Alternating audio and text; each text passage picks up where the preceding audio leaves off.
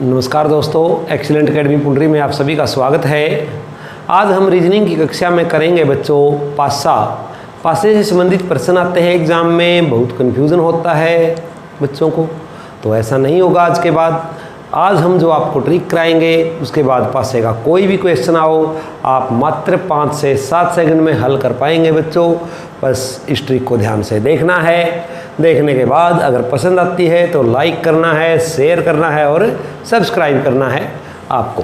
तो देखिए बच्चों, पासा, सबसे पहले हम पासे के बारे में बात करते हैं। तो बच्चों पासा 2 प्रकार का होता है बच्चों। एक होता है मानक पासा यानी डाइस, एक होता है मानक पासा और एक होता है बच्चों साधारण पासा। 2 प्रकार का पासा होता है, मानक पासा और साधारण पासा। मानक पासा यानी कि स्टैंडर्ड डाइस, साधारण यानी कि सिंपल पासा, नॉर्मल पासा बच्चों। तो देखें 2 प्रकार के पासे होते हैं, एक नॉर्मल और एक स्टैंडर्ड, यानी एक मानक और एक साधारण। तो मानक पासा क्या होता है और साधारण क्या होता है, हम दोनों के बारे में बात करेंगे बच्चों। पहले थोड़ा सा इसका थ्योरेटिकल देखें, उसके बाद इसके सम कैसे करेंगे वो आपको बताया जाएगा। तो देखो बच्चों, मानक पासा क्या होता है। मानक पासे की डेफिनेशन होती है sum of opposite side is always 7। Sum of opposite side is always 7। जो इसकी अपोजिट साइड होती हैं उनका योग हमेशा 7 होता है बच्चों। जो मानक पासा होता है उसकी अपोजिट साइड का सम हमेशा 7 होता है। जैसे सपोज दैट ये डस्टर है हमारा, इसको हम पासा मान लें, तो यदि आपकी तरफ 1 है यहाँ पर तो मेरी तरफ 6 लिखा होगा, यानी अपोजिट साइड का सम बच्चों 7 होगा। यहाँ पर अगर आपकी तरफ 3 है बच्चों तो मेरी तरफ 4 होगा, यानी अपोजिट साइड का सम 7 होगा। इधर अगर आपको 2 दिखाई देता है तो इधर 5 होगा। तो ये होता है मानक पासा। Sum of opposite side is always 7, यानी 1 के एंटी 6 होता है, 2 के एंटी 5 होता है और 3 के एंटी 4 होता है। तो ये होता है बच्चों मानक पासा। साधारण पासे में किसी भी तरफ कोई सा भी अंक हो सकता है, ज़रूरी नहीं है कि 1 के अपोजिट 6 होगा, 1 के अपोजिट 3 भी हो सकता है, 4 भी हो सकता है, 5 भी हो सकता है। मानक पासे से संबंधित बहुत कम क्वेश्चन आते हैं एग्जाम में, क्योंकि अगर एग्जामिनर ऐसा कहेगा कि दिया गया पासा एक मानक पासा है तो 3 के एंटी क्या होगा, तो आपको एक डेफिनेशन से ही पता है कि 3 के एंटी 4 होगा। जो मानक पासे से संबंधित बातें होती हैं बच्चों। तो मानक पासे के बारे में बहुत कम प्रश्न आता है एग्जाम में, नॉर्मली साधारण पासे के बारे में प्रश्न आता है। देखो बच्चों, जो एक पासा होता है इस प्रकार से हम पासे को बनाते हैं। ऐसे होता है हमारा पासा, ये जो साइड इसकी दिखाई नहीं दे रही बच्चों वो ये होगी, यहाँ से यहाँ और यहाँ से यहाँ, ऐसे। तो इस प्रकार से ये पासा आपका बनेगा। तो देखिए बच्चों, इस पासे के अंदर क्या होता है। एक पासे के अंदर कुछ इसके बारे में ज़रूरी नहीं है कि केवल क्वेश्चन को सोल्व करना है, डेफिनेशन भी पूछी जा सकती है कि एक पासे में कितने किनारे होते हैं। एक पासे के अंदर कितने किनारे होते हैं। तो सबसे पहले याद रखें पासे के अंदर बच्चों कितने किनारे होते हैं। देखो अगर आप काउंट करेंगे 1 2 3 4 नीचे होंगे बच्चों। जो नीचे वाली साइड जो मैंने अभी कहा था आपको कि जो ये दिखाई नहीं दे रही, तो 4 इसमें नीचे वाली में हो गए 8 और 4 हो गए फिर इसको ऐसे जोड़ने वाले बीच में, ये 4 यहाँ से हो गए बच्चों। तो टोटल कितने किनारे हुए 12। एक पासे के 12 किनारे होते हैं। और अगर कोने की बात करें हम, यानी कि कॉर्नर जिसको हम बोलते हैं कि कॉर्नर कितने होते हैं, तो एक पासे के 8 कॉर्नर होते हैं बच्चों। देखो 4 ऊपर हैं और 4 इसी प्रकार से नीचे होंगे, ये और ये। तो कितने कॉर्नर होते हैं, एक पासे के 8 कॉर्नर होते हैं और 12 किनारे होते हैं। उसके बाद हम बात करते हैं बच्चों फलक की। फलक कितने होते हैं, तो फलक होते हैं बच्चों 6 फलक होते हैं 6। देखो कैसे, ये पासा है, एक ये आपकी साइड है रेक्टेंगल, एक ये मेरी तरफ होगी 2, इस तरफ 3, इस तरफ 4, ऊपर 5 और नीचे 6। यानी कि जैसे हम एक बॉक्स बनाते हैं बच्चों, अगर हम 6 आयताकार लकड़ी के टुकड़े लेंगे या वर्गाकार टुकड़े लेंगे तो उनसे मिलाकर जो घनाभ या घन बनता है वही पासा होता है हमारा। तो जो पासा होता है घन, वो 6 वर्गाकार लकड़ी के टुकड़े लेंगे हम, उनको जोड़ेंगे, उनको जोड़ने से जो प्राप्त होगा वो डाइस यानी पासा हमको प्राप्त होगा, जिसके 6 फलक होते हैं। तो फलक कितने हुए बच्चों? फलक हुए इसके अंदर 6, किनारे 12 और कॉर्नर 8। ये सब चीज़ें आपको पता होनी चाहिए सबसे पहले बच्चों। उसके बाद हम क्वेश्चन करते हैं कि एग्ज़ाम में क्वेश्चन किस टाइप के आते हैं, दोनों प्रकार के पासों के बारे में, मानक पासे के बारे में भी और साधारण पासे के बारे में भी, दोनों के बारे में। तो सबसे पहले हम बात करते हैं बच्चों मानक पासे की। देखो, अगर इस प्रकार से पासा दिया गया है और एग्जामिनर आपसे पूछता है और कहता है कि दिया गया पासा मानक पासा है और इस पे अंक लिखे हुए हैं बच्चों 1, 4 और 5। अगर वो कहता है, एग्जाम में प्रश्न पूछा जाता है दिए गए मानक पासे में, अगर ये मानक पासा है, पहले मैं मानक पासे से संबंधित बता रहा हूँ आपको जो एग्जाम में प्रश्न आ सकते हैं बच्चों। मानक पासा है, अगर एग्जामिनर कहता है दिया गया पासा एक मानक पासा है तो 4 के एंटी क्या होगा, तो आपको कुछ भी समय नहीं लगना, जस्ट 1 सेकेंड। क्या बताना है आपको? 4 के एंटी 3, 5 के एंटी 2, 6 के एंटी 1, क्योंकि आपको डेफिनेशन पता है मानक पासे में sum of opposite side is always 7। Opposite side का सम हमेशा 7 होता है, ये मानक पासे की शर्त होती है। मानक पासे के बारे में नॉर्मल ये प्रश्न बहुत कम पूछा जाता है कि मानक पासे में 5 के एंटी क्या होगा, 4 के एंटी क्या होगा। प्रश्न किस प्रकार का पूछा जाता है इसके बारे में देखो बच्चों। प्रश्न इस प्रकार से पूछा जाता है इसके बारे में बच्चों कि वो 2, 3 या 4 आपके सामने पासे देगा और ये पूछेगा कि इनमें से कौन सा पासा मानक पासा हो सकता है। इस प्रकार के प्रश्न आपसे वो पूछेगा। 4 पासे बने हुए होंगे, उनमें से आपसे पूछा जाएगा कि दिए गए पासों में मानक पासा कौन सा है। इसके ऊपर अंक लिखे होंगे बच्चों 1, 3, 4, 5, 6, 2, 3, 5, 4, 1, 3, 5, इस प्रकार के अंक लिखे होंगे। 1, 3, 5 या 2 भी हो सकता है, इसमें कोई दिक्कत नहीं है बच्चों। तो देखें, इस प्रकार से जो मानक पासे से संबंधित प्रश्न आता है एग्जाम में वो ये आता है बच्चों कि दिए गए पासों में से कौन सा पासा मानक पासा हो सकता है। तो अभी मैंने बताया था आपको बच्चों कि अपोजिट साइड का सम ऑफ अपोजिट साइड इज 7, कि इसकी अपोजिट साइड का सम है जो 7 होता है मानक पासे की। अब देखो बच्चों, जब आपको 1 अगर यहाँ पर आपको दिखाई दे रहा है तो क्या 6 भी दिखाई देगा आपको? नहीं दिखाई देगा ना, नहीं। अगर 3 दिखाई दे रहा है तो 4 दिखाई नहीं देगा क्योंकि वो मेरी तरफ है। इधर आपको 2 दिख रहा है, इधर 5 है, क्या आपको 5 दिखाई दे रहा है? बिल्कुल नहीं। तो देखो बच्चों, यानी कि हमें ऐसे 2 फलक दिखाई नहीं दे सकते जिनका सम 7 हो। अगर हम इसको टेढ़ा भी करेंगे बच्चों, हमें 3 फलक दिखाई देंगे, यहाँ पर 2 होगा, यहाँ पर 3 होगा और यहाँ पर इनसे अलग होगा यानी कि 6 होगा, पर सम 7 नहीं हो सकता। तो आपको केवल क्या देखना है? आपको ये देखना है कि जो 3 फलक आपको दिखाई दे रहे हैं उनमें से किन्हीं 2 का सम 7 तो नहीं होता। अगर किन्हीं 2 का सम 7 होता है यानी योग 7 होता है तो वो मानक पासा नहीं है। अब इसमें देखो बच्चों, 4 और 3 7, 5 और 2 7, 3 और 4 7, तो ये तो मानक पासे हो नहीं सकते। तो कौन सा पासा मानक पासा हो सकता है? ये, क्योंकि इनका सम 7 नहीं है।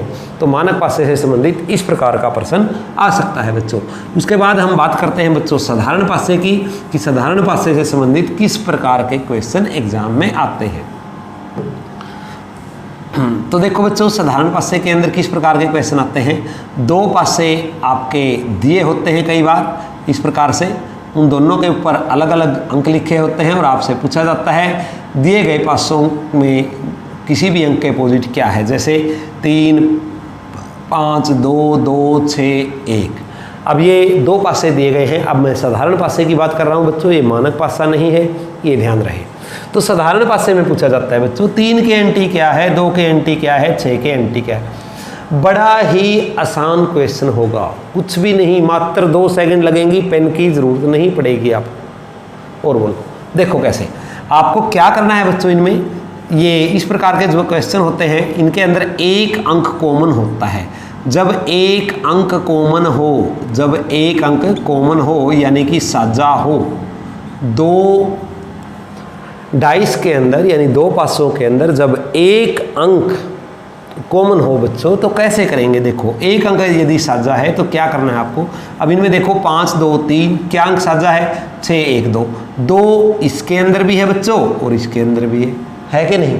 तो अब आपको क्या करना है, जो दिए गए अंक हैं आपको 2 से शुरू हो जाना है और आपको क्लॉकवाइज या एंटी क्लॉकवाइज सर्कल बनाना है। अगर हम क्लॉकवाइज बनाते हैं, अगर एक में इसमें हम क्लॉकवाइज बनाते हैं बच्चों तो इसमें भी क्लॉकवाइज ही बनेगा। अगर इसमें एंटी क्लॉकवाइज सर्कल बनाते हो आप तो इसमें भी एंटी क्लॉकवाइज। तो मैं 2 से शुरू करूंगा, इन सभी अंकों को मैं मिलाऊंगा, इन तीनों अंकों को मिला के एक सर्कल बनाना है। लेकिन ये ध्यान रहे या तो दोनों में क्लॉकवाइज या दोनों में एंटी क्लॉकवाइज। अब मैं 2 से अगर शुरू होता हूँ, देखो बच्चों 2 3 5 सर्कल बन गया ना, तो इसको हम ऐसे ही लिख देंगे 2 3 5।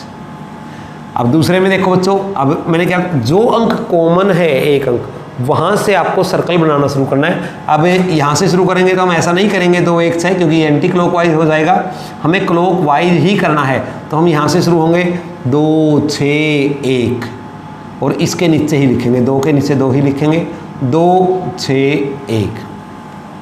अब इससे क्या हुआ, हमें हर अंक के अपोजिट कौन सा अंक है वो पता चल गया। कैसे, 5 के एंटी 1, 3 के एंटी 6 और 2 के एंटी क्या 2 नहीं, 2 तो होगा नहीं दोनों तरफ, तो क्या होगा बचा हुआ अंक क्या है 4। तो 2 के एंटी क्या होगा बच्चों 4। जो अंक अभी तक हमें दिखाई नहीं दिया, किसी भी तरफ दिखाई नहीं दे रहा, क्यों हमें 5 ही अंक दिखाई दे रहे हैं, 5 से पर 1 से 6 तक के अंक होते हैं। तो ये फार्मूला है बच्चों, यदि एक अंक कॉमन हो, यदि एक अंक साझा हो तो इस मेथड से आप कर सकते हैं। क्लॉकवाइज लिखें या एंटी क्लॉकवाइज लिखें, आपका सम हो जाएगा। दूसरा है बच्चों, यदि 2 अंक कॉमन हो, यदि 2 अंक कॉमन हो, देखें धैर्य रखें, आपको हर प्रकार का क्वेश्चन करवाया जाएगा लेकिन समय देना पड़ेगा आपको, थोड़ा सा आराम से देखें क्योंकि जितना आराम से करोगे उतनी ही लंबी वैलिडिटी होगी आपके सम की, आपको याद रहने की आपकी क्षमता बढ़ेगी।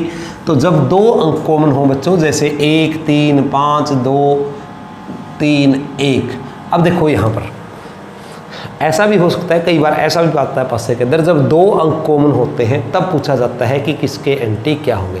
जब 2 अंक कॉमन हो बच्चों यानी कि 2 साझा हों, 2 अंक यदि साझा हों तो आपको क्या करने हैं, 2 अंक साझे हैं तो आपको क्या करना है। देखो बच्चों, अब जब ये ऐसा प्रश्न आएगा 2 अंक साझे हैं कौन कौन से, 1 3 1 3, तो ऐसे क्वेश्चन में कभी भी वो 1 या 3 के एंटी नहीं पूछेगा क्या होगा। ऐसे क्वेश्चन में वो कभी भी 1 या 3 के एंटी नहीं पूछेगा बच्चों, बल्कि जो बचा हुआ अंक है ना उसके एंटी पूछेगा। अब 1 3 तो दोनों में साझे हैं, तो 1 3 को दोनों के अंदर से छोड़ दो, अब बच गए क्या 5 और 2, तो 2 के एंटी क्या होगा बच्चों 5। अगर इसके अतिरिक्त कोई अंक पूछा जाता है तो हम क्या कहेंगे, हम तय नहीं कर सकते।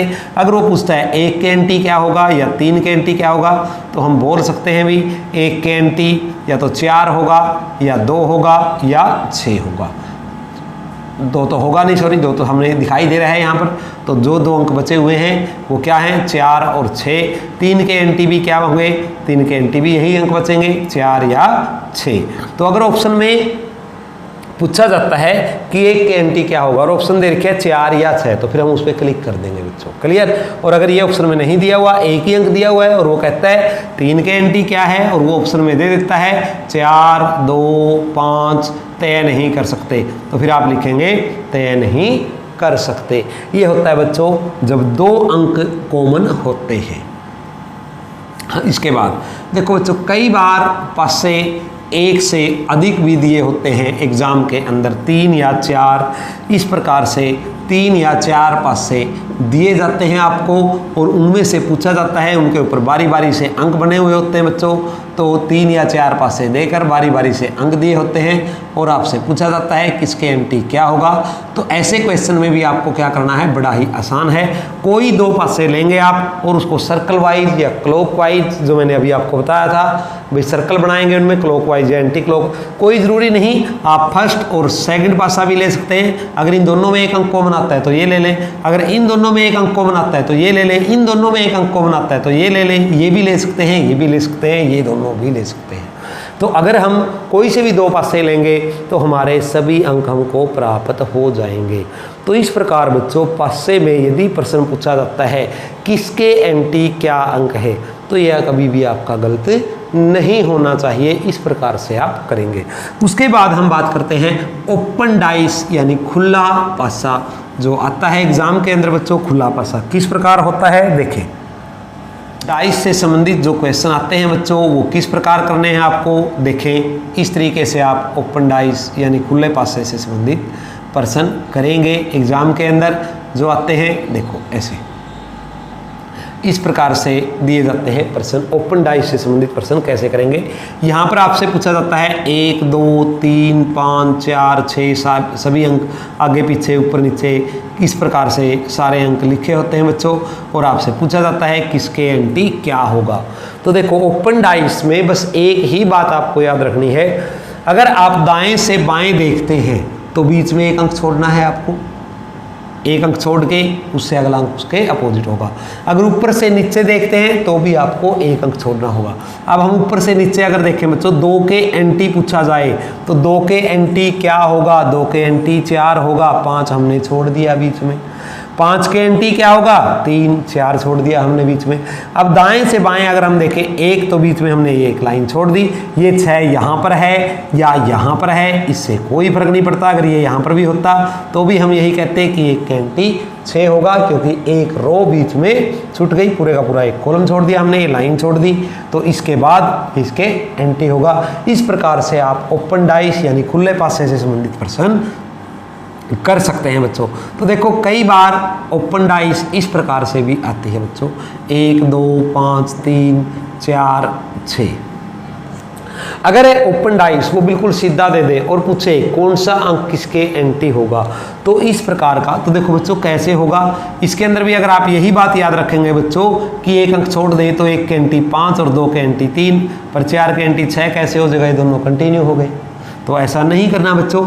जब ये 6 के 6 एक ही लाइन में दिए हों, एक ही कॉलम बना रखा हो इससे पूरे से, तो आपको इस प्रकार का प्रश्न कैसे करना है वो देखें बच्चों। जो ऊपर वाला है सबसे, वो नीचे वाले के एंटी कर देना है आपको। उसके बाद वही सिस्टम, 2 के एंटी 3 और 5 के एंटी 4, यानी एक एक अंक छोड़ के। क्लियर। तो इस प्रकार से आप बच्चों ओपन डाइस से संबंधित प्रश्न कर सकते हैं। तो आज हमने आपको बताया पासे 2 प्रकार के होते हैं, उन सब के बारे में बारी बारी से वर्णन किया। इस प्रकार के पासे से संबंधित प्रश्न आते हैं। इसके बाद पासे का जो हमारा लास्ट टॉपिक बचता है बच्चों, वो क्या है, वो है पासे को जब रंग कर दिया जाता है और काट दिया जाता है, उसके टुकड़े बनाए जाते हैं, तो पूछा जाता है कितने पासे ऐसे होंगे जिनकी 2 साइड रंगीन है, 3 साइड रंगीन है। इसके बारे में हम चर्चा अगली वीडियो में करेंगे बच्चों। आज के लिए इतना ही। उम्मीद करता हूँ आज का टॉपिक आपको समझ में आया होगा। अगर आपको टॉपिक समझ में आया है और अच्छा लगा है तो बच्चों इतनी मेहनत की है हमने आपके लिए ये बनाने में, तो इसको अवश्य ही लाइक शेयर और सब्सक्राइब कर देना। अपने सभी दोस्तों को भी बोलना कि वो इसको शेयर करें, सब्सक्राइब करें, लाइक करें। तो धन्यवाद दोस्तों, जय हिंद। देखते रहें एक्सीलेंट एकेडमी की क्लास से।